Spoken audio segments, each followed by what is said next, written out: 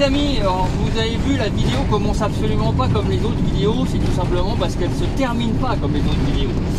J'ai pas tout pu faire exactement comme je vous l'ai dit. Dans cette vidéo spéciale dédicace à Jérémy de Passion Camping-Car, je ferai un petit message à la fin de la vidéo. Regardez cette vidéo jusqu'à la fin et top pour le générique.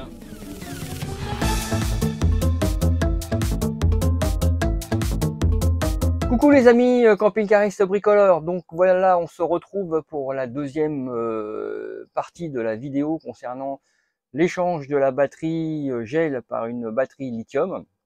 Donc comme je vous ai dit, il y a un petit peu de boulot.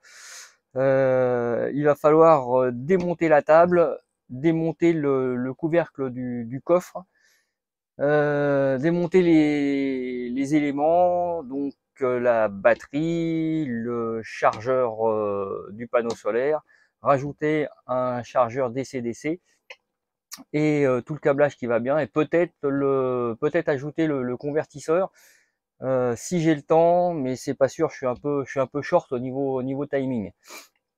Donc voilà, en plus ça me permet d'essayer pour la première fois mon chauffage Truma E, donc électrique. Je vous l'ai présenté sur une autre vidéo. Donc là on est, parce qu'il fait 7 degrés dehors, donc là je l'ai mis en tout électrique. Je suis évidemment raccordé au 220. Je suis en tout électrique. Je l'ai mis à la puissance maxi, c'est-à-dire 1500 watts, avec la ventilation à fond. C'est la première fois que je l'essaye. Pour l'instant, ça a l'air de chauffer, hein, ça a l'air de fonctionner. Donc gros avantage de ce Truma E, donc mixte électrique et gaz. Et il y a une vidéo sur notre site, hein, donc si vous êtes intéressé par le descriptif du Truma E, allez voir la vidéo. Je vous fais des petits flashs vidéo pour que vous voyez tout ça. Et puis on se retrouve normalement après, si tout va bien, pour vous montrer ça dans les détails, et puis faire 2-3 petits essais ensemble, si ça n'a pas explosé d'ici là, hein. Allez, bisous, je commence, à tout de suite. Voilà, donc là je vous montre le local technique, on va appeler ça un local technique. Donc j'ai démonté la table, donc là c'est toute la partie chargeur. Là vous voyez, c'est le Truma E qui fonctionne à plein régime en électrique. Là c'est donc ma batterie gel pour l'instant qui va, et là c'est mon régulateur solaire qui est là, que je vais changer. Ça va être le premier travail. Voilà, la batterie a été retirée. Je m'apprête à faire mon emplacement de batterie, à couper l'espèce de petit faux plancher. Je me suis assuré qu'il n'y a rien dessus, mais dessous du moins, normalement, il n'y a rien. Donc voilà l'équipement comme il est. Les fils sont débranchés. Ça, c'est les fils du panneau solaire que je vais rebrancher. J'ai remis mon chargeur MPPT ici. Je lui ai mis la tête à l'envers. Normalement, ils disent de le mettre de l'autre sens, mais je pense pas que ça fasse grand chose. C'est juste pour le refroidissement. Voilà. Et bien voilà, la batterie est posée. Ça se fait très bien, hein. Alors vous voyez, le petit régulateur, il est là. J'ai regardé la notice, il disait de le mettre la tête en bas, c'est-à-dire les connexions vers le bas sur un support inflammable. Donc au départ, il était en haut sur une planche en bois. Donc je l'ai retourné, mais il reste quand même sur une planche en bois. C'est l'autofocus qui déconne, je sais pas pourquoi. Voilà. Donc tout s'est bien passé, hein, ça va relativement vite.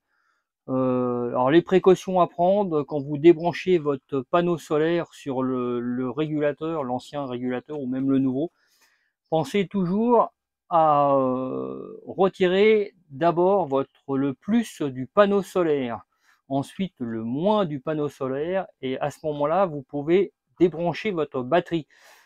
Un panneau solaire doit toujours être relié à une batterie, et à l'inverse, quand vous rebranchez d'abord votre batterie, ensuite vous rebranchez votre panneau solaire. En aucun cas votre panneau solaire doit être tout seul sur le régulateur, sans la batterie.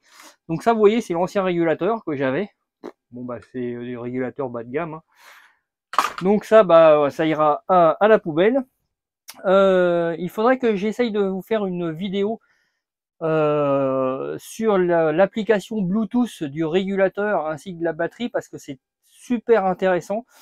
Le problème, c'est que je filme avec mon téléphone et pour l'instant l'application est également sur mon téléphone, donc je vais essayer de modifier ça et de vous mettre une petite vidéo sur l'application Victron du régulateur et sur l'application Creabest de la batterie qui donne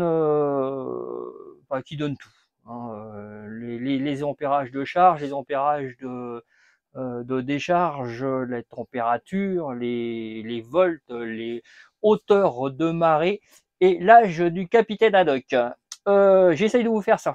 Coucou, vous vous rappelez, je vous ai dit que cette vidéo n'allait pas se finir comme les autres vidéos. Et ben voilà, c'est la fin de la vidéo, vous allez tout de suite comprendre pourquoi.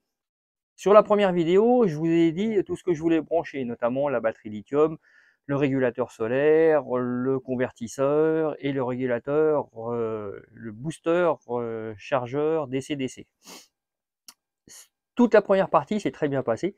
Le régulateur solaire, je l'ai branché sans problème. L'implantation de la batterie lithium sans aucun problème. Et je me suis donc attaqué au chargeur DC-DC à brancher. Chargeur que je vous mets en photo par ici. Et donc là, j'ai eu un gros souci car je n'ai pas su brancher ce chargeur. Pourtant, il n'y a que 4 fils à brancher. Et malgré les petites notions que j'ai en électricité, malgré les schémas que j'ai eus, j'ai été très embêté, notamment à cause du boîtier de l'électrobloc. C'est ce boîtier qui équipe maintenant beaucoup de camping-cars, qui est en fait une boîte de relais qui va gérer complètement votre circuit électrique. Je vous la mets aussi en photo ici. Effectivement, il fallait retrouver un câblage spécifique à ce type de montage. Et malgré les plans, malgré les renseignements que j'ai eus, j'ai pas su brancher ce chargeur DC-DC. J'ai pris différents renseignements, notamment dans un autre vendeur de camping-car qui voulait bien me poser ce régulateur que j'avais pas acheté chez lui, mais il me prenait 500 € pour le brancher. Honnêtement, il y a 3,50 m de fil. C'est évidemment de la grosse section de fil, mais faut pas exagérer quand même. 500 € pour 2 heures ou allez, grand maximum 3 heures de boulot, j'ai trouvé que ça faisait un petit peu cher. Donc j'ai vendu mon régulateur, mon chargeur, pardon. J'ai vendu mon chargeur sur le bon coin. J'ai perdu un peu d'argent dessus et maintenant me voilà sans chargeur. Alors je crois que je vais aller chez un marchand de camping-car, acheter le matériel chez lui, il va me le poser, au moins j'aurai une garantie et je pourrai vous montrer et vous filmer tout ça une fois installé dans le camping-car. Il y a des choses qu'on sait faire, il y a des choses qu'on ne sait pas faire. En l'occurrence, là, j'ai pas su. C'est pour ça que c'est intéressant de mettre en pratique ce qu'on voit de temps en temps sur YouTube. Alors maintenant, je vais faire une grosse dédicace et un gros remerciement par l'intermédiaire de YouTube de Passion Camping-Car. Passion Camping-Car, bon, si vous êtes abonné à ma chaîne, vous êtes forcément abonné à la sienne. Il explique plein de choses sur YouTube. Il poste, je crois que c'est une vidéo par semaine. Et je lui ai envoyé un mail en lui disant, voilà, je suis embêté. J'ai ça comme problème. Est-ce que par hasard, tu aurais la solution? Il m'a répondu très rapidement en m'envoyant des liens avec les schémas de branchement. Ça m'a aidé un petit peu, ça m'a conforté dans ma décision que je ne savais pas faire. Et grosse surprise, allez, je vais dire 15 jours après, j'ai vu sur son site qu'il avait posté une vidéo concernant exactement mon problème, mon branchement, avec la solution qu'il fallait apporter, tout était clair. Alors le problème, c'est que j'avais vendu mon chargeur, donc Passion Camping-Car, super sympa à toi. Mais hélas, ta vidéo est arrivée un petit peu trop tard. Alors évidemment, je pourrais toujours racheter un chargeur et puis m'appuyer sur ta vidéo pour le brancher. Mais j'avoue que cette expérience m'a un petit peu déconcerté, on va dire, ou refroidi. Et je vais aller chez un vendeur de camping-car pour faire l'installation. Je vous mets le lien de Passion Camping-Car sur ma vidéo. Je pense pas que ça va vous servir à quelque chose parce que je pense que vous êtes tous sur sa chaîne. Et puis, je vous montre ça une fois que tout va être installé. Il y aura peut-être d'autres vidéos d'ici là. Mais comme quoi, on peut pas tout faire. Même avec des bons renseignements, des fois, on sait pas, on sait pas.